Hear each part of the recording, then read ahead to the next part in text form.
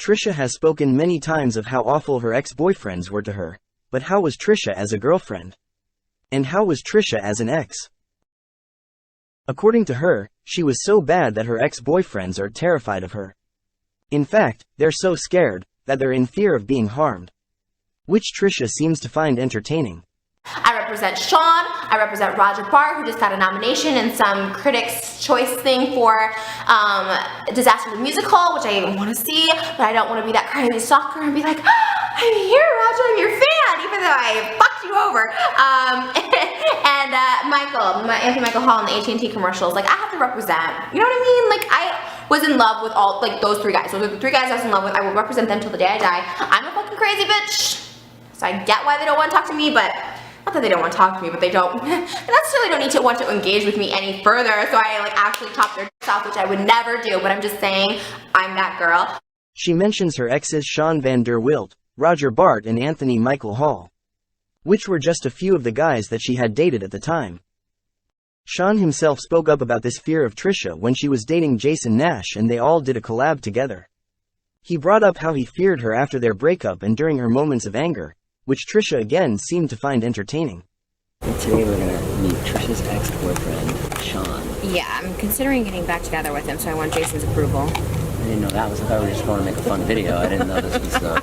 I say I'm like a little nervous. I think that's why I was grouchy, so I had to get some chips to calm me down. Yeah, it's on paper, it seems like a bad idea. You seem kind of like irritated. And so I haven't talked to him since he blocked me and told me to get the out of his house. Actually, this is the house he told me to get the out of. Really? I'm back. He told you to get out? Well, his Airbnb told me to get out. He was too scared to see me, so he called the Airbnb and said, tell her to get out of my house. Boy, are we headed into some like World War III right now?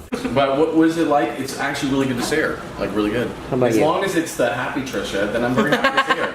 But if Not it's happy.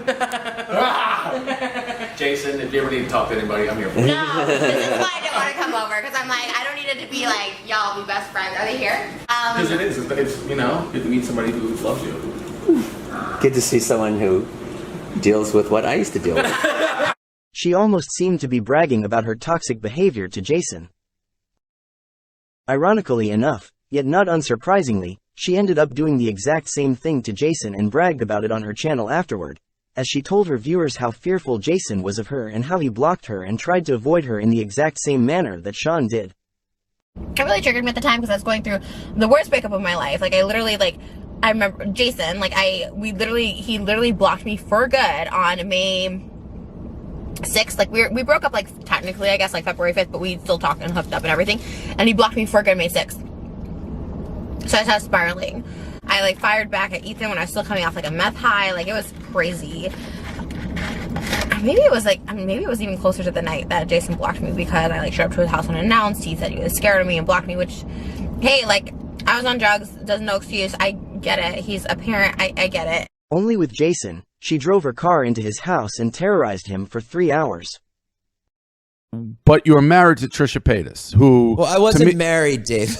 Girlfriend? It's the second time you said that. Girlfriend? We weren't married. Yeah, we dated for 12 months. Okay, year. Yep. She seems certifiable. You know, I've never talked about it. She's a complicated girl. Like, she's... you know, I don't like to talk shit about my exes or women in general. And I'm not asking. I guess that's not what I'm asking. But I do. I want to explain it to you so you understand. Like, I met her. She was like, we got along really great.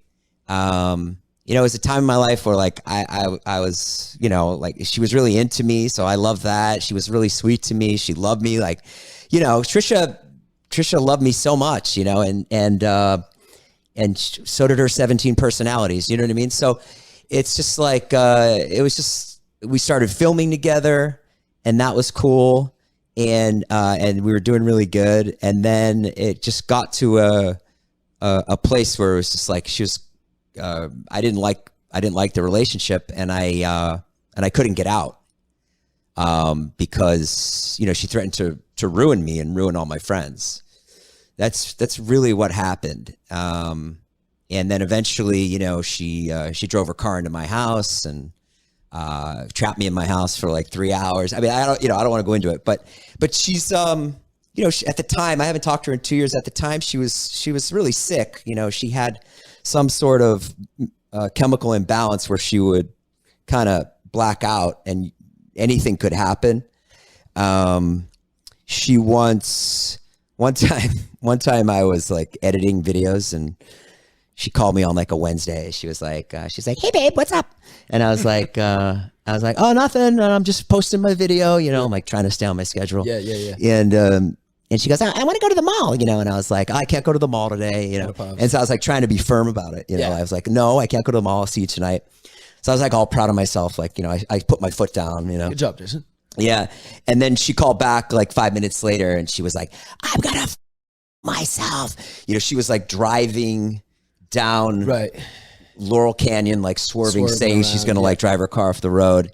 And then long story short, you know, we found her in a ditch with the police and shit like that. And so I really did try to like take care of her and I loved her a lot.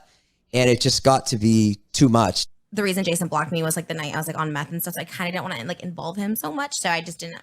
One you didn't see was the reason my boyfriend blocked me a year and a half ago, which ultimately was the best for both of us. I got high on meth on my birthday, demanded he talk to me, and when he said he wasn't going to see me on my birthday and go to sleep, I drove over to his house super high, crashed into his house, banged on all the doors, jumped into his pool naked, kicked and screamed through every window of the house. He got so scared after 3 hours, he left, and I chased him in my car to follow him and got in a car accident. This is something that Trisha herself not only bragged about, but joked about too. While having a friend on her channel, this friend spoke of how he feared making her angry because he knew she would come after him and do something to him or his house. Trisha then joked about what she had done to Jason to confirm that her friend's worries were valid. Every time I see you, I just feel like it's awkward. Really? Don't you think that? Maybe a little bit. I think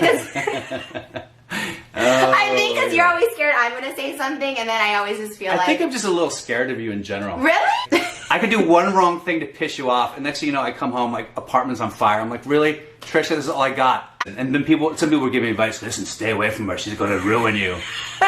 Don't be afraid of me. Also, I just told you something that you probably got, like, nervous. I told him something that happened, like, a couple months ago, and he's just like, oh, damn. So, Oh, yeah. a little crazy incident. Yeah. Anyways. Okay.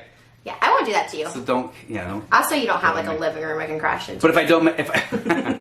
Trisha seems to think that this violent behavior is some kind of quirky trait, and not the abusive action that it is. And seems to take pride in the fact that people fear her abusive behavior. If I ever get married, which we know that probably won't happen. I'm this crazy. I'm a little bit crazy. In case you haven't heard, I'm a little bit of a basket case. I'm very emotional. Most guys are scared of me. It's neither cute, nor is it quirky to exhibit this kind of abusive behavior on a partner, past or present. And it's not excusable either. But you think he's dangerous? I don't think he's dangerous. I think you just never know. I agree. About anyone. You don't know about me. Like, that's why I got blocked by all my ex-boyfriends. Like, they think I'm crazy, so...